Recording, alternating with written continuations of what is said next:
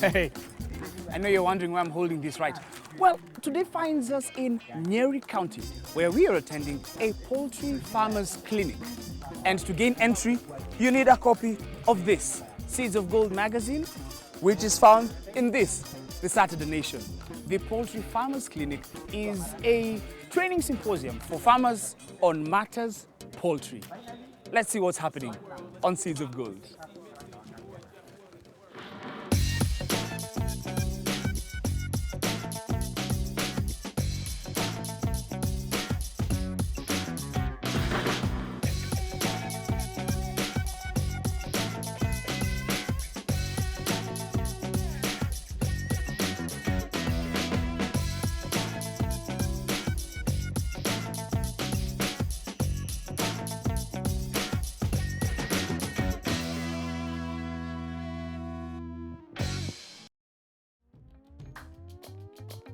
Recently, reports show that commercial poultry farming in Kenya is not only creating billionaires, but is also playing an important role in the total economy while fulfilling the nutritional demand of many. That is why such an event as this is not to be missed. So thank you very much, Ian, kwa kukubali kutuongelesha. It's a pleasure, it's a pleasure. Tell us, what is home range? Home range is purely where the kienyeji people. I mean, everyone eats kienyeji chicken, right? But they never think about the source of kienyeji chicken. So home range poultry, what you decide to do is specialize with the kienyeji chicken. And obviously there was a challenge because the ordinary kienyeji chicken that people have does not have good production. But the government through Kari came up with the Kari improved kienyeji chicken. So we decided at home range, why not pick this product because it's a fantastic product. You know, it gives you a very good return when it comes to eggs. It does not consume so much, so cost of rearing it becomes low. And of course, the meat is awesome because it's still kienyeji. Yes, it's not a crossbreed. For sure. So we decided this is the product we want to run with. Seeds of Gold held a training symposium in Nyeri whose purpose was for new and ongoing farmers to learn new technologies in poultry farming and also get a chance to network. The topics ranged from feeding, breeding, and different products, but most important, the market and the opportunity therein for the farmer. Well, let me give you statistics. Nairobi alone consumes 300,000 pieces of chicken per day. 300,000 per day. Pieces of chicken? Yes, per day. Let's give it one like, 300 shillings? So that talks about, 9 million per day? So 9 million, no. 9 million in chicken alone? Yes. If we are to focus on poultry, we are talking of a billion Kenya shilling industry. Teachers need money. Why don't all of them keep chicken, man? We're talking of thousands of them. Yes. What if our 400,000 teachers each kept 100? You're talking of millions of chicken. If you didn't know, well, let me introduce you to the new improved kienyeji chicken, which is giving a new face to poultry farming in Kenya. Now, you've spoken so passionately about kienyeji chicken. Yes, of course, it's a passionate thing. With your love for kienyeji chicken. Then there are people out there who think of chicken as layers and broilers. Yes. Now, why is it then that there is not much consumption and rearing of the kienyeji chicken compared to the others? Very good question. One, this kienyeji that we are having, so is a Kari improved kienyeji. It was made by Kari. You know the quantities of chicken we are talking that Nairobi alone needs, let alone all the other counties, right? So the rate of production needs to be so high for it to meet the demand. Now the unfortunate thing with this kienyeji chicken is the access issue. Why? Because you find very few registered hatcheries that actually produce this kienyeji chicken. Interesting enough, kienyeji farming in Kenya has been quite widespread, mainly in the rural and semi-rural areas. However, in the recent past, it has found its way among urban areas as a source of income, but not without several misconceptions. I know there is kienyeji. Yes. Which now I come to understand, under kienyeji there are levels of kienyeji. Yes. And then there are layers and there are broilers. Yes. Now, tell me why Home Range decided specifically to go with kienyeji? Yes. What specific kind of kienyeji? And why not layers and broilers? Very good. First, misconception. There's no branches of kienyeji chicken. There's only one. The ordinary kienyeji that, the ordinary farmer keeps, that has susceptible to diseases, poor egg production, Yeah. takes very long for it to gain weight, all the disadvantages. Then there's the Kari Improved Kienyeji, which was developed by Kari. It was not a home range product. It's developed by Kari, by the government. And of course, we just came in to make sure that this product actually gets to the market. As lucrative as kienyeji chicken rearing might sound, it does not come without its challenges. As a farmer, you will need the right information to get maximum productivity. What makes the ordinary kienyeji bad? It is not bad as a breed. It is bad because of the practices that these farmers apply. This farmer will never change his cock. Yeah. He will have year over year having the same cock fertilized. yeah. Quality continues to go down. Yeah. Okay? This farmer will probably not be consistent in his feeding. Becomes a major challenge because the moment you do not feed your chicken correctly, production will not be there. That is so true. we're like, let's focus on an improved breed, which is the breed itself, which is improved. It's better. Yeah. So you get higher production in terms of eggs. And the best part is the cost of rearing is significantly lower when you compare it to now the exotic breeds. So kienyeji chicken is brought up in an environment and under such conditions that it is healthy even for human consumption. Yeah. You will never ever hear bad practices on kienyeji chicken. Why? Because it is reared under a natural environment. Yes. And that's what we need. We need to ensure that the products that we are asking farmers to get are products which are good for our health as well. And that's why we decided on kienyeji chicken. Yes. Thank you very much. Pleasure, man. Let me run. Someone Yes. has a question, man. Feeding good quality nutritious food will keep your birds healthy and productive. High quality foods is the key to success in commercial poultry farming. Along with providing food, serve them with sufficient amounts of fresh and clean water according to their demand. I decided to catch up with Ronald from Egerton University on feeding. Basically, we are here to train and inform farmers about the different aspects of poultry production. Okay. Yeah, starting with how you raise your stock from the day old all the way to either the laying stage or the slaughter stage for layers or broilers, respectively. All right. So, what questions are most farmers asking? Feeding has been a problem for our farmers. They're asking which type of feeds do we give our birds, yeah, and at what time do we change from this feed to the other feed, yeah, and what amounts are we giving them. So those are things we are trying to explain to them. But you see, the other question also they want is costs of feeding, or costs of feeds are going up, so they want to make their own feed. Mtu akitaka more information on the feeds, the ingredients of the feeds, wakuje Egerton University. Kuja kwetu Egerton. Tutakusaidia kabisa, utatoka kama unatabasamu. Sawa sawa. Thank you very much, Ronald. Asante, asante. All right. Hey, education, my friend, very important when it comes to rearing of chicken. Keep it seeds of gold. In a nutshell, the poultry business will get bigger and better. Question is, how do you, as a farmer, position yourself? From the poultry clinic to the farm, it's time to meet the kienyeji chicken and the farmer.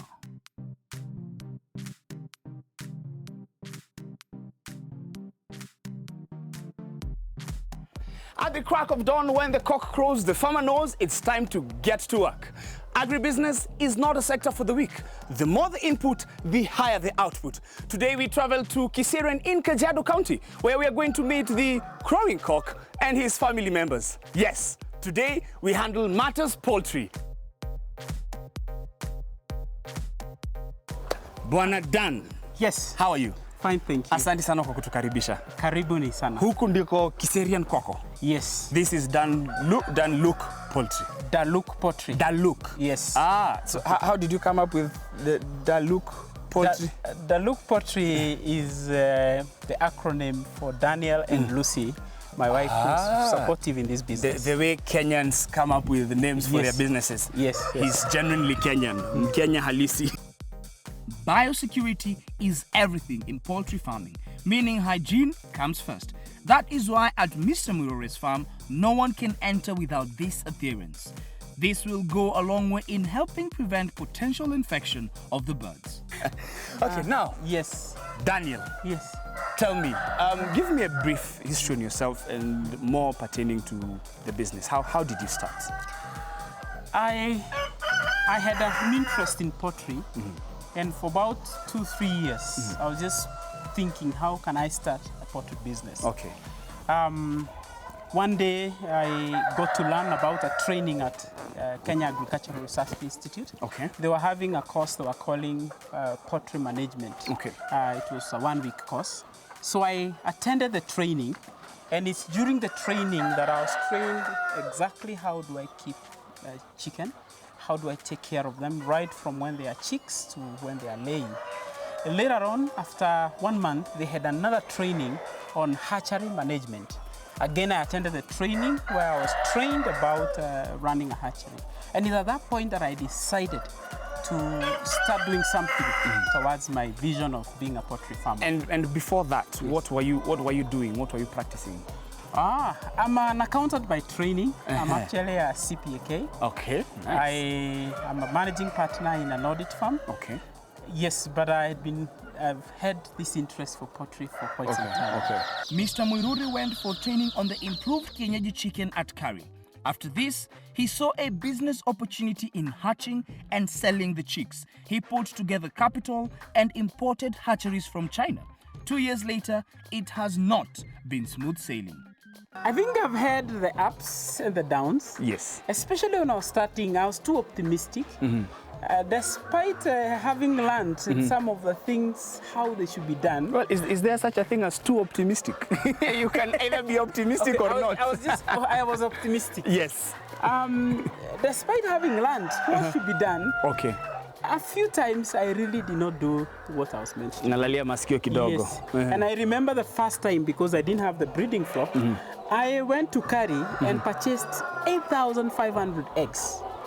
And yes, and I put them in the machine. I had counted profits before learning how to make them. You counted your chicks before they hatched.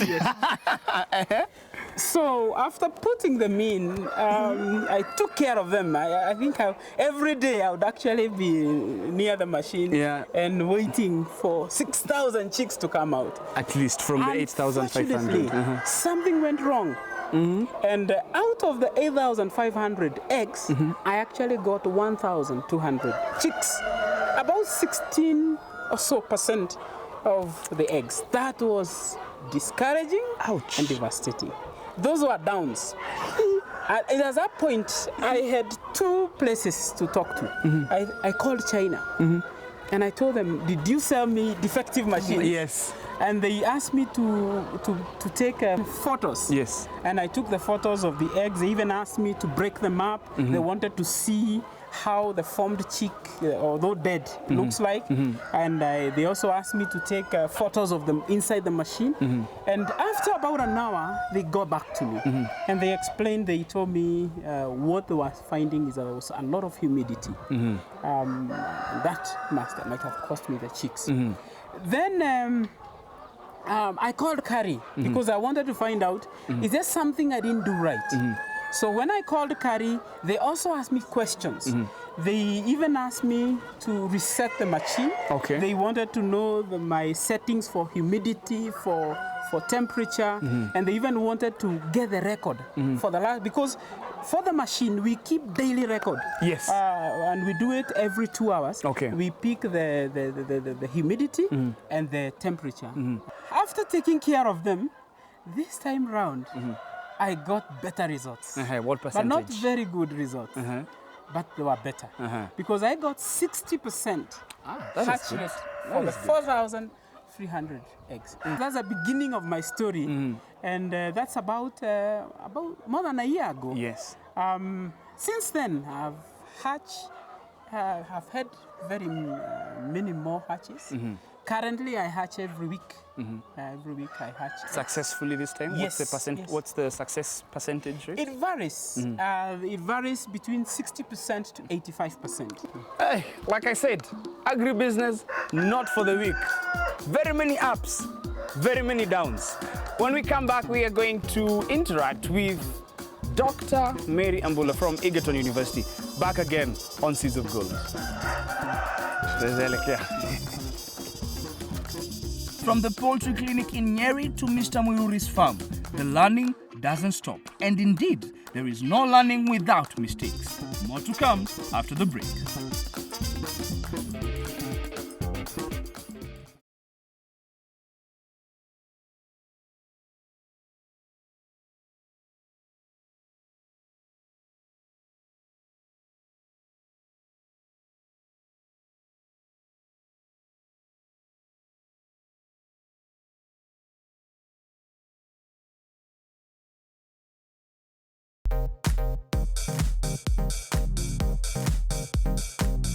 In this section, I'm joined by Dr. Mary Ambula and Dr. Gashero of Egerton University. Hello, Daktari. Hello, how are you? Karibuni. Mmefika, Asante. mmefika. So this is our farmer for today. His name is Daniel Muirore. Yes. This is Dr. Mary Ambula from Egerton University, and her colleague is Dr. Gashero.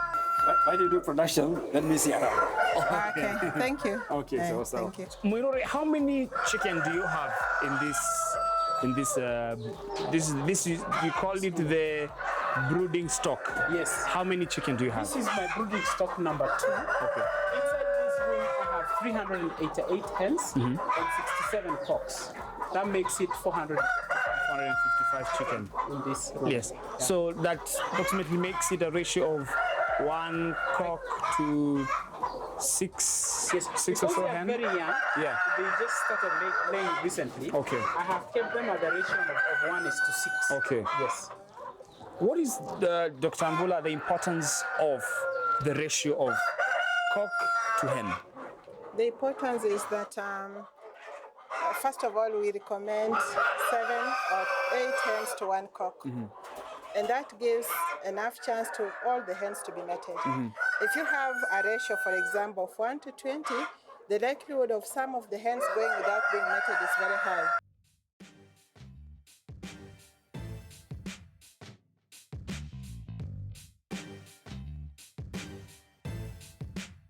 What particular kind of chicken are these? I remember you mentioning that they are improved. This is curry improved kienyeji chicken. Okay.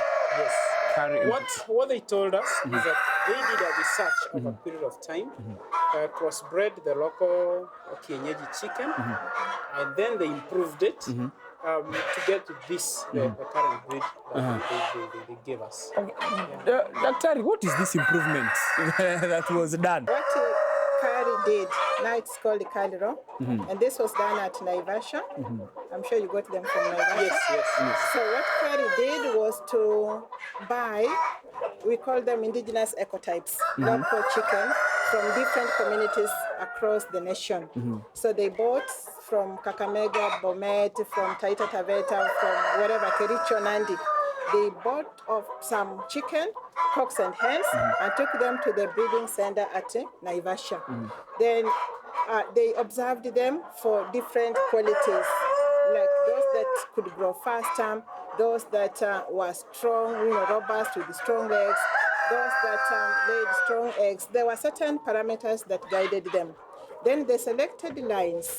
They selected some cocks from the different ecotypes, and then they crossed them with the hens.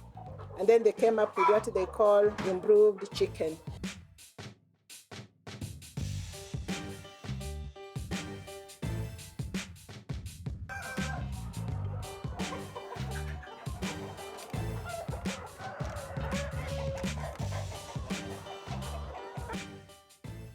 Tell us, Daktari, about the structure and choice of, the architectural design of hii nyumba ya kuku. This house is called deep litter house. Okay.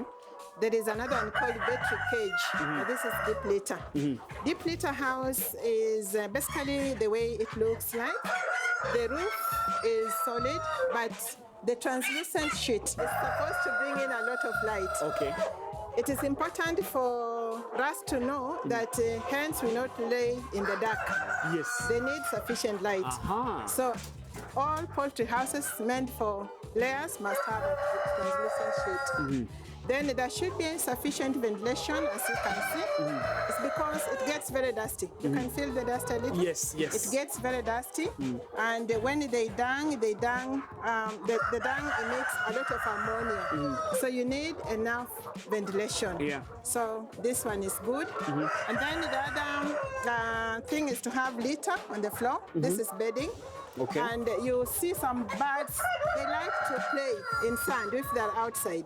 So you need to provide for them enough bedding material like this, so they play. It is called sand bedding. Okay. It satisfies an instinct and a longing in them to be able to play. Okay.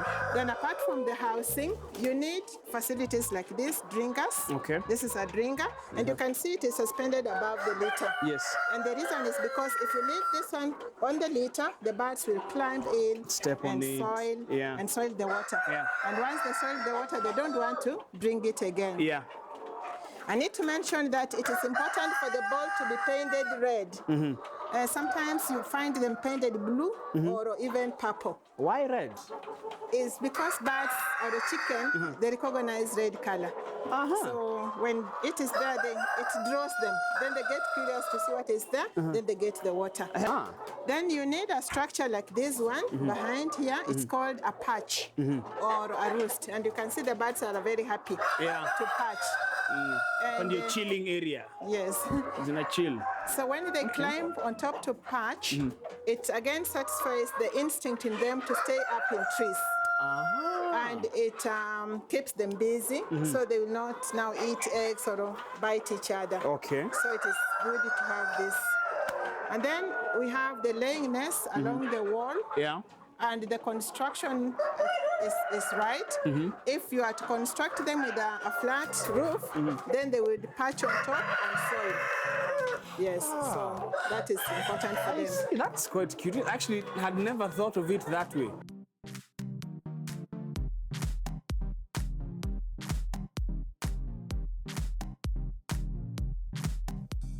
Let's try and do some bit of looking for money. Now, at this stage, even before you even go to the chicks. If I walked into your farm at this point and I wanted you to sell me some hens or sell me some cocks, would you be willing to do that?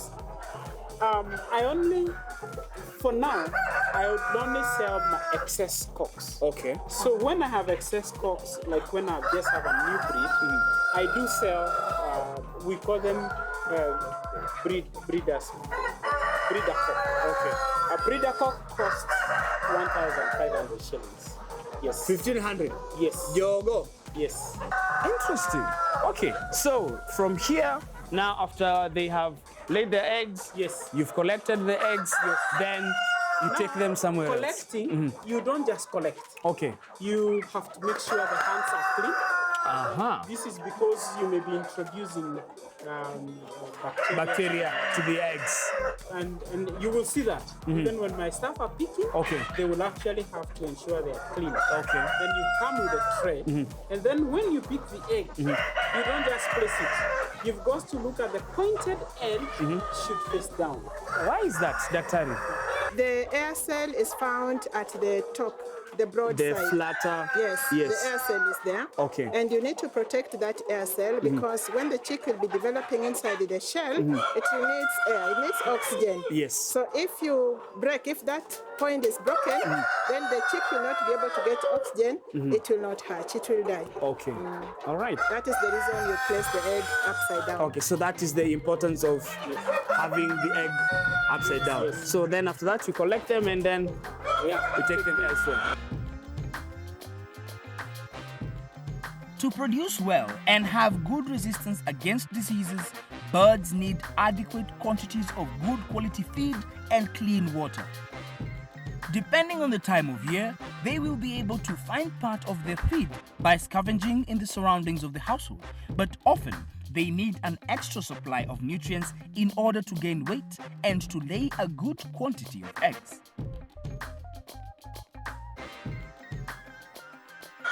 This you can buy for between 1,200 and 1,400 and 1,500. 3 or so months ago or 2 months ago, you'd buy it for between 800 and 1,000. Huyo ni baba yao. Hapa pesa ni mengi kwa kuku and on seeds of gold.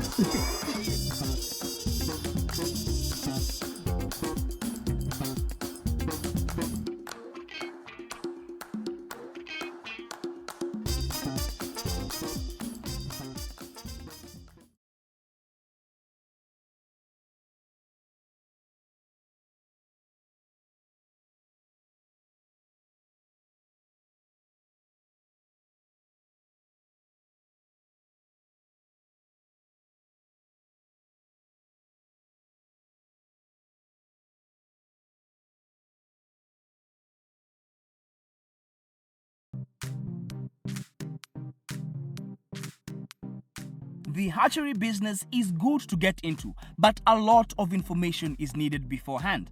However, as small-scale farmers, you don't have to wait until you purchase a hatchery. Your chicken can lay on their eggs naturally to hatch.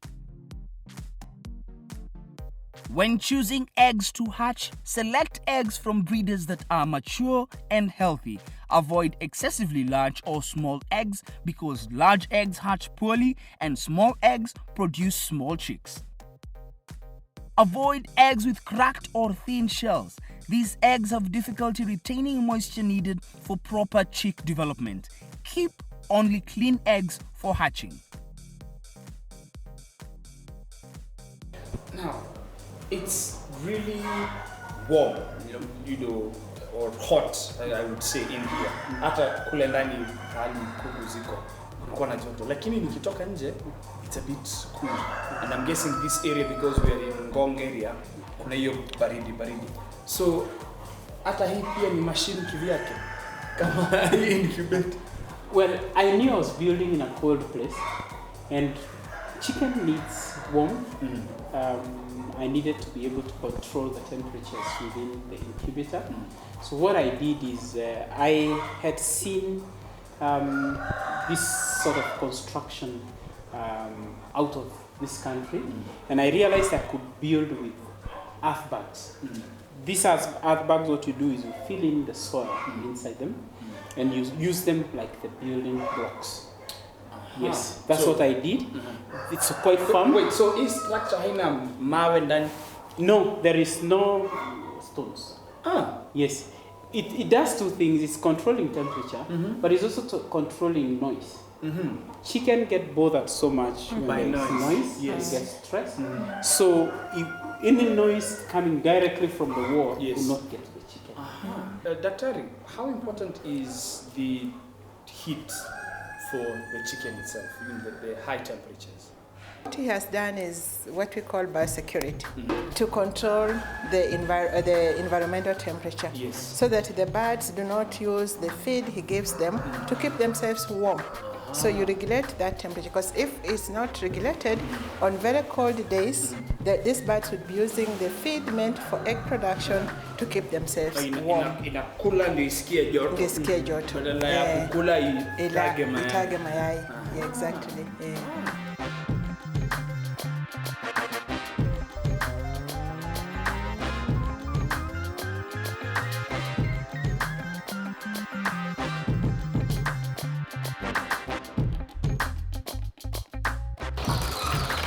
Right.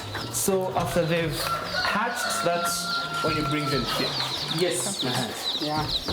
So now they are ready. Usually, but before they come here, we got to do the grading. Nice. Yes. Can I see? Touch them. Yes, you may.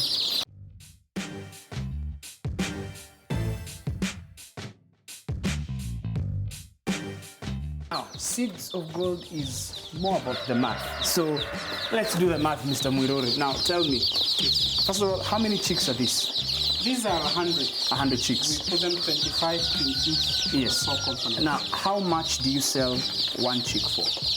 The day-old chick, we sell it at 100 shillings. 100 shillings, Yes. day old. Yes. So that means sometimes you can sell them even beyond one day? Yes. And when we call it brooding, we can brood it. When we keep it for a week, we sell it at 150 shillings. Yes. Oh, all right, okay. Now, how many chicks do you hatch, say, every day or every week? Currently, we are harvesting. We've now reached 1,500, but we are getting to 2,400. So 1,500 chicks times 100 shillings, that's 150,000 Yes. every week. Yes. Now, how much would you say is your expense in every week? Approximately. Approximately, there are different costs. Yeah. There is a cost of the egg, which last time we calculated right from the feeding of the breeder flock and the care of it. We found that an egg cost us about 14 shillings To get the egg. to get the egg. Okay. Then there is a process of the incubation. When you add up the cost, the labor, the electricity, And- electricity is actually a major cost in, Okay. in the incubation. Okay. We find our cost to produce one chick goes to about 43 shillings. 43. Yes. Okay. Yes. So, say probably 50 shillings to get one chick. Yes. And for one chick, you sell it at 100 shillings. Yes. So that is 100% profit. It's 100% markup. 100% markup.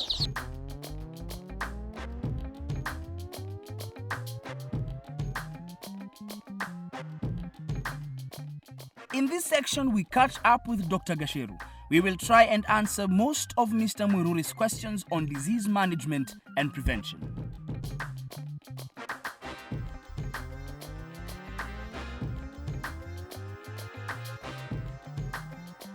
Dr. Gasheru, you have taken a walk around the farm, probably.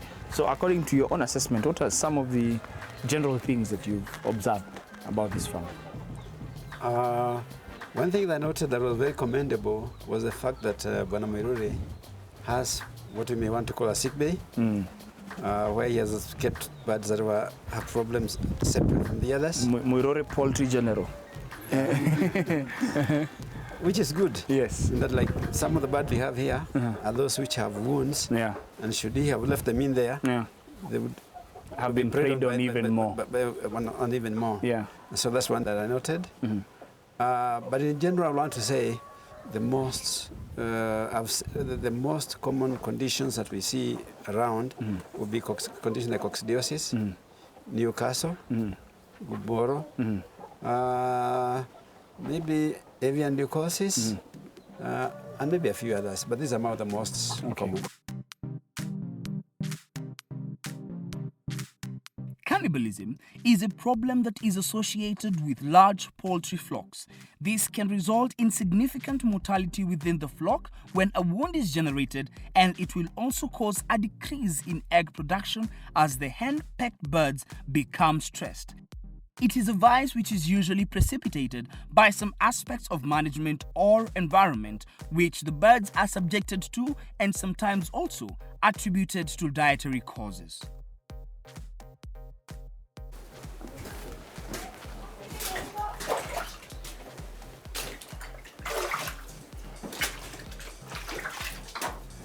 You have this at the entry of every Flock. Yes. This helps to control spreading of any infection that may be existing Okay. from one flock to the other. So this is where we keep chicks.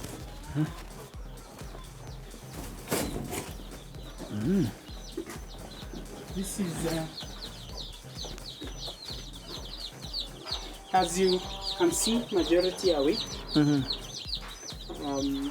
Now, to prepare them for this, what we do, we mix glucose with some liquid paraffin. We also have a broad spectrum antibiotic, and we place them here for 3 days. So for 3 days, we ensure that they are on antibiotic. Okay. And after that, we will withdraw the antibiotic and introduce a probiotic. What we say, chicken microbes. So that's what we do. And within a period of 1 week, that chick is strong, healthy, and can be sold as a 1 week old chick. Can even be kept. Some of them we've kept them. Okay. Yeah, Interesting. Daktari, Quite a bit of saving. what would you say more on that? On what Mr. Mururu is doing? These chicks would have been lost. Yes, and there are quite many. And there are quite many. Yeah. There are 60 of them here. Eish. And the cost involved is minimal. Yeah. So this is actually a very commendable thing Mr. Mururu is doing. Yeah. It's making sure hujapoteza chochote. Yes. Yeah. So this is where you have the chicks, and then I see you have other chicken around here. Yes. These are a bit older. This room we use it when we have no chicks. We use it as an isolation room as well. Okay. And these are chicks that we had after they suffered from respiratory disease. Okay. We placed them on an antibiotic that helps to correct that. And as it stands now, they have recovered fully. Yes. Okay. Is this a good measure, Doctor? Isolation is a good practice. Yes. But the location may not be very good, considering that we have weak chicks next to birds that had a respiratory problem. I see. The distance would have been, there should have been, the chicks should have been kept away from the isolation ward. Otherwise they might end up getting infected. And they also the chicks may end up getting respiratory condition. Right. So at least that's something to note. Yes. Mr. Mururu. Act upon. Yeah. Okay. Despite the challenges, with the right information, there are endless opportunities in farming.